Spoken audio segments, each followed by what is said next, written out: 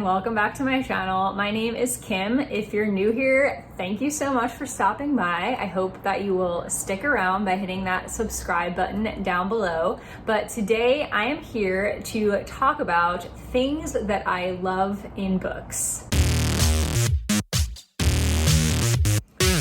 I've been seeing this video concept kind of going around on BookTube for a while, and I thought it would be a fun video to do because I'd really like to talk to you guys about the kind of, I don't know about tropes, but topics I enjoy in books and get some great recommendations from you because I'm sure you guys have some awesome recommendations so I can pick up more books with these things in them. So the first thing that I really enjoy reading about in books, which I know is gonna sound really dark and weird, but I'll explain, is serial killers. So I'm talking more fiction about serial killers. I don't read a ton of nonfiction, though I wouldn't be opposed to reading nonfiction about serial killers. I really find the psychology behind serial killers to be fascinating, and so I really enjoy reading and watching things that center around that topic. I also enjoy like the crime aspect of people trying to catch serial killers because again, it ties into that like psychology behind their motives and their methods for tracking people down and picking people. And I know it's super dark, but I like dark stuff, and I don't know, I just find serial killers fascinating. So I'm gonna kind of tell you a couple of books that I've enjoyed for each of these categories. One, so that you don't recommend me books I've already read, and two, so you can kind of get a feel for my taste within this category. So within the serial killer category, I have enjoyed the Natural series by Jennifer Lynn Barnes. This has 4 books and a novella. I haven't read the novella yet, but I've read all 4 books in the series. This is a YA series about a group of teens that get recruited by the FBI because they have natural abilities that allow them to help track down serial killers. And at first they're called on just to work on cold cases, but eventually they get pulled into active cases as well. Pretty much every book deals with a new case, and there are always serial killers involved. And I flew through this series. It's very binge worthy. The other is also a series, but I've actually only read the first book of this, and that is The Diviners by Libba Bray. I have plans to read the rest of this series, hopefully this fall, because now all the books are out. And I really enjoyed this first one, and I just never picked up the second book. But this one is a lot of different things. It's not just about a serial killer, but it does have a serial killer aspect because the main character has this like supernatural ability that allows her to touch an object and view its history. And so she helps her uncle and the cops track down a serial killer that is present throughout the book. The second thing that I love in books is social commentary. So I'm pretty open to social commentary of any kind. I love when a fiction book can get me thinking about our society and humanity in general. But I think the two that I tend to gravitate the most towards are technology and race. And so when it comes to technology, kind of like Black Mirror type stuff, where we're talking about the dangers of technology and just commenting on the role technology plays in our lives. And then when it comes to race, very much about like racism, police brutality, how we deal with race within our own society, the issues we have within our own society when it comes to race, everything kind of surrounding that. So as far as technology goes, the few that came to mind that I really enjoyed that comment on technology are, shocker, An Absolutely Remarkable Thing by Hank Green. I know I don't shut up about this book. I apologize, but I also don't apologize because it's great and you should read it. But this one is commenting on internet culture, internet fame, the dangers of the internet. The second book in this duology also has a lot of commentary on technology, and that veers more into like virtual reality and our tendency to lean towards the virtual world over our real world and the dangers of kind of living in a virtual world and living in our screens versus living in the real world. Another 2 books that I've enjoyed about technology are Ready Player One, which I mean, do I even need to talk about this? Like, everyone knows about this book, but it's basically commenting a lot on the dangers of, again, living in this virtual world and ignoring the real world and ignoring the problems of the real world. I know a lot of people love this book for its 80s culture, and yes, absolutely, it's really fun, but I liked the social commentary aspect. I think what drew me to this book and what kept me engaged in this book is the fact that it's making a lot of commentary on the dangers of kind of like ignoring our real life problems to live in a virtual world, and how like if technology progresses too quickly that we could end up in that situation. And so I liked that aspect of it a lot. And then another book that I really enjoyed for its technology is Never Let Me Go by Kazuo Ishiguro.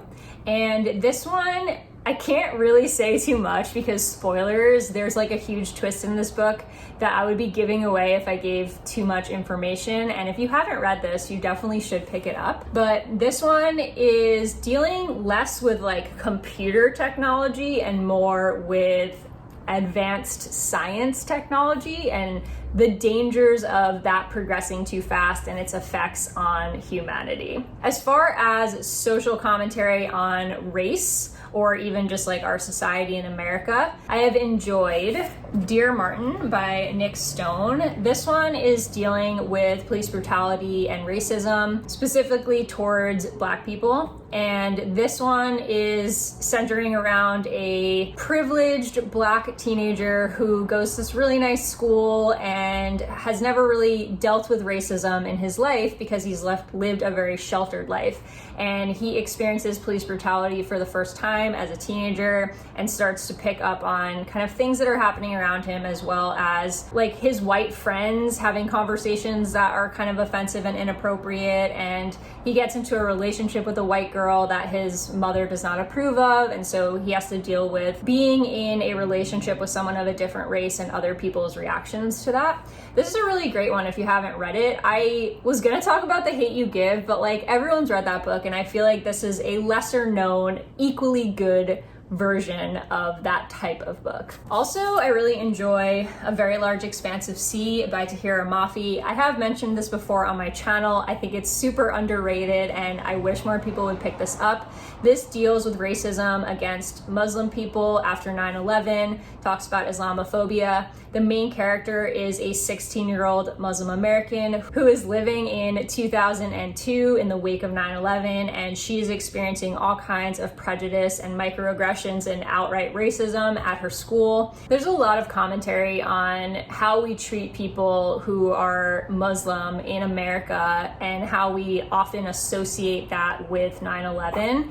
And she also gets into a relationship with a white boy, and there's a lot of commentary on that as well. And a third book that is social commentary that I really enjoy is People Kill People by Ellen Hopkins. This is more general commentary. There's definitely commentary on race and racism against all different races. There is a character in here who's actually a white supremacist, and so you get the viewpoint of somebody who has that belief system. And there's also racism against a variety of different people going on throughout this entire book. But this is really more so commentary on gun violence, and I really enjoyed that. I thought it was really well done. Ellen Hopkins is basically trying to comment on our gun laws and the dangers of gun violence. The next thing I love in books is writers, which I'm sure isn't shocking, and I doubt I'm the only person who loves books and also loves books about writers. But anytime a writer is the main character, I pretty much automatically love that book and will pick that book up no matter what the rest of the story is about.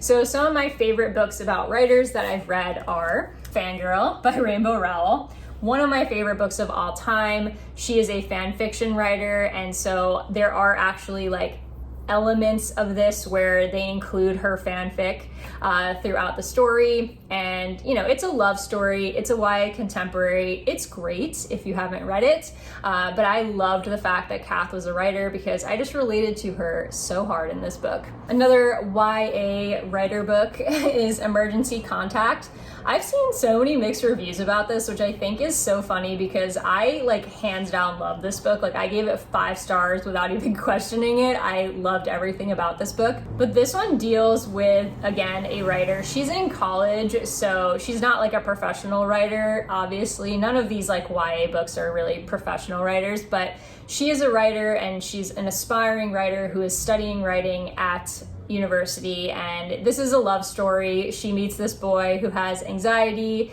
They become each other's emergency contact because of an event that happens early on in the book, and they fall in love, and it's super cute, and I really enjoyed the aspects of the main character being a writer. 2 other books that have writers that are also YA are Eliza and Her Monsters. This is very similar to Fangirl. Honestly, it's been compared to Fangirl a lot because it's literally like the same plot line, but it's basically about a girl who actually draws comics. She writes her own like original comics. She's really popular online for it, but no one really knows her identity in real life. So she meets this guy who is a huge fan of her comic and actually writes fan fiction, if I remember correctly, about her comic, and he doesn't know who she is and she doesn't want to tell him, and it's just like this whole thing, but it's super cute. It reminded me a lot of Fangirl. If you like Fangirl, you would probably like this. And the last book that I also really enjoyed about writers was Afterworlds by Scott Westerfeld.